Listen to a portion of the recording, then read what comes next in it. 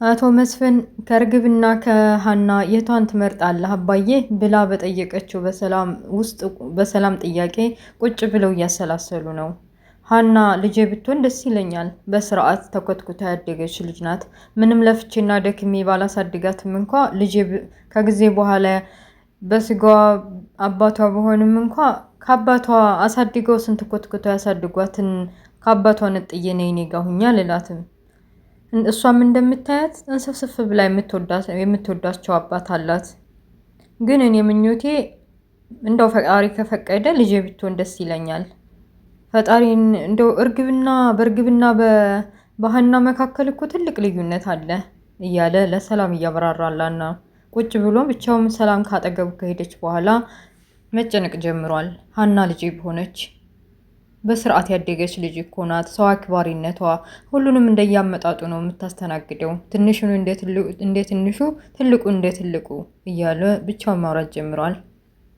አሰላሙ አለይኩም ወራህመቱላሂ ወበረካቱ። ውድና የተከበራችሁ የመረም ኤንድ ማይብሮ ቤተሰቦች ሙስሊም ክርስቲያን ወገኖቼ በያላችሁበት ሰላም ብያለሁኝ። ለቤት አዲስ የሆናችሁ ሰብስክራይብ አድርጉ፣ ላይክ ሼር አድርጉ። እንግዲህ የኖላዊ ድራማ መጥቷል። ድራማው በቃ አቶ መስፍን እንደተጨነቀ ነው።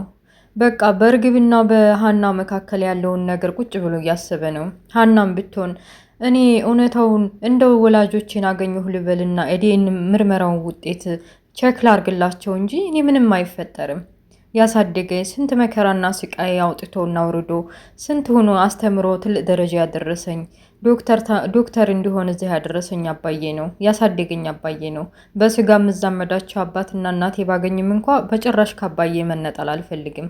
ጭራሽ ደግሞ ወላጆችንና ቤተሰቦችን እንዳገኝም አልነግረውም ብላ ወስናለች። በመጨረሻም ደግሞ ዶክተሩ የነገራት ትዝ ሲላት ብቻዋን ትክዝ ብላለች። ዶክተሩ ወይዘሮ ሜላት ከፍልልሻለሁ ያለቻት 200 ሺህ ብር ነው። እሷ ደግሞ አሁን ሌላ ተጨማሪ 300 ሺህ ብር መጠየቋ ግራ አጋብቷታል። ከሕክምናው የምታገኘው የበለጠ ደግሞ የቤት ሰራተኝነቱ ደሞዝ ክፍያ ነው። ግን ደግሞ ተጨማሪ ገንዘብ ያስፈልጋታል። ከየት ላምጣ? ለመከራ የፈጠረ ልጅ አሁን ከየት ብዬ ነው የማመጣው? አባዬ የሆነ ነገር ሳይሆንብኝ የሆነ መላ ዘዴ መፍጠር አለብኝ ብላ እያሰላሰለች ነው። ባዩሽ ማናት? እርግብ ተብዬና ባዩሽ ተብዬ ተመሳጥረዋል። በቃ ሜላት ውሸቷን ነው። ሃና ልጇ እንዳልሆነች በደንብ በቃ እያስመሰለች ነው። ታውቂያለሽ፣ ሙታ ነው የምትወዳት። ቤቷ መታ ስራ እስከምትሰራላት ሰላም እስከምትላት ድረስ ትጣደፋለች አለች እርግብ። እውነቷን ነው። አሁንስ ብትሆን ሜላት ለማስመሰል ብላ ነው እንጂ የእናቴ የሆነ አንጀት እንዴት ነው ልጇ አጠገቧ ቁጭ ብላ ሃና ከደሟና ከስጋው የተወለደቻት እናት እንኳ ምንም ነገር ሲደርስብና አይደል እንደ ሆዳቸው ርብሽ የሚለው ውስጣቸውና ልባቸው በልጆቻቸው ላይ የሆነ ነገር ሲደርስ የሚነግራቸው እንኳን አይደለም ሃና ፊት ለፊቷ ቆማ የቤት ሰራተኛዋ ሆና በደንብ ታውቃለች።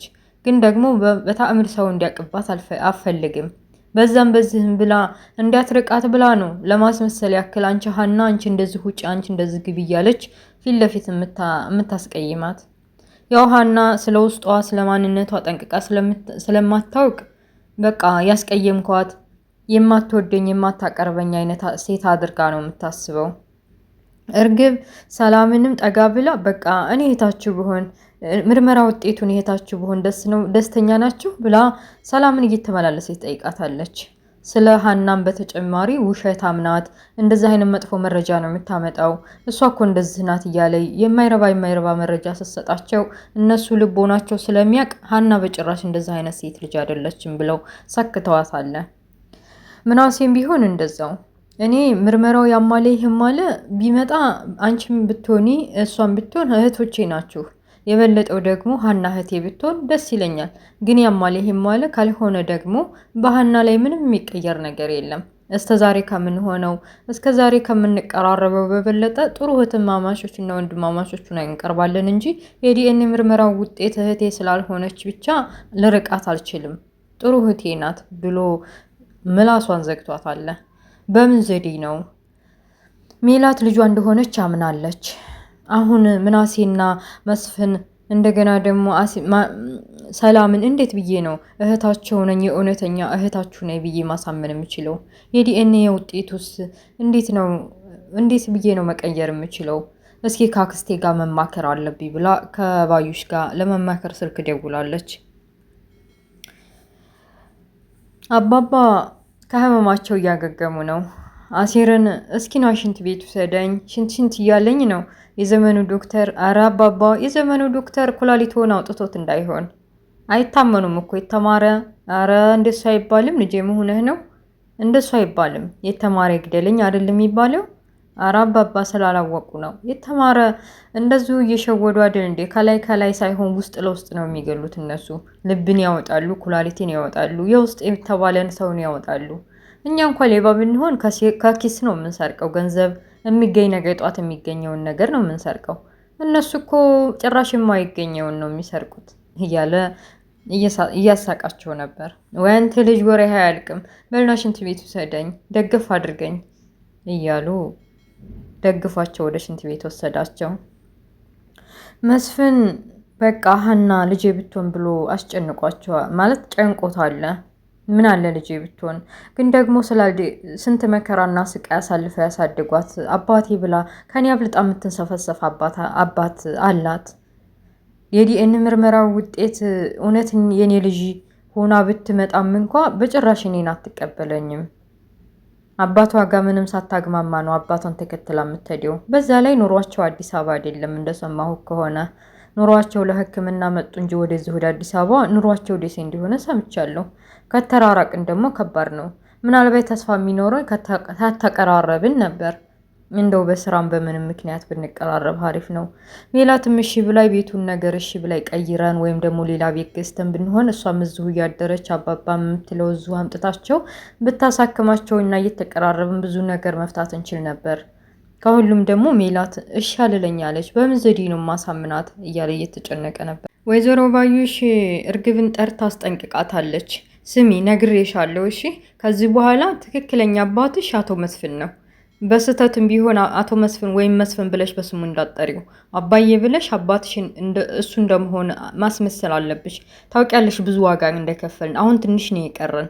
ትክክለኛ ልጇ አንቺ ሆነሽ ንብረታቸውን መውረስ ነው። ወይ እንሞታለን ወይ እንገላለን። የመጨረሻ ውሳኔ ይሄ ነው። ወደ ወዲህ ስትይ ደግሞ ነገር አበላሽተሽ ተያይዘን እንዳንጠፋ ነግሬሻለሁ እያለች በከባዱ አስጠንቅቃታለች። ባዩሽ ተብዬዋም የቻልኩትን እያደረግኩ ነው አክስቴ። እንደምታየው በቃ ሜላት እሺ ብላ እንደ ልጇ ብትቀበለኝም ምናሴና ሰላም በጭራሽ አልተቀበሉኝም። በዚህ ብዬ ሀናን መጥፎነት ያላደረገችውን ነገር ሁላ ውሸቴን እየዘላበድኩ ብነግራቸውም አላመኑኝም። ግን ደግሞ ዋናው ነገር ሀና እናቴ ሆና ተቀብላ እንደ ልጇ አድርጋ ማመኗ ነው። አዎ እሱ ነው ዋናው ነገር። እኔም ቢሆን እየደወልኩኝ በቃ እሳት እለኩስባታለሁኝ። ሀናን እንድትጠላት አድርጌ ነው የምነግራት። ግን ደግሞ እንደምታውቂው ሀናን በጭራሽ አጠላትም። እኛ ፊት ታስመስላለች እንጂ ሀናም ሙታ ነው የምትወዳት። እንግዲህ ድራማው ኖላዊ ምርመራ ውጤትን የሚቀየር ነው የሚመስለኝ። እርግጠኛ ነኝ ባዩሽ እና እርግብ በደንብ ነው የሚቀይሩት። ምክንያቱም ፊልሙ በዚሁ ቀጣይ ስለሆነ ካልተቀየረ የዲኤንኤ ምርመራ ውጤት ፊልሙ እንትን አይልም አይቀጥልማ። ስለዚህ ይቀየራል። ባይቀየር ጥሩ ነበረ።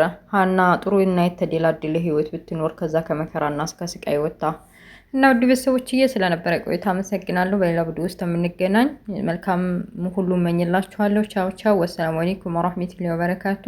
ላይክ፣ ሼር፣ ሰብስክራይብ ማድረጋችሁን እንዳትረሱ። ቻው ቻው።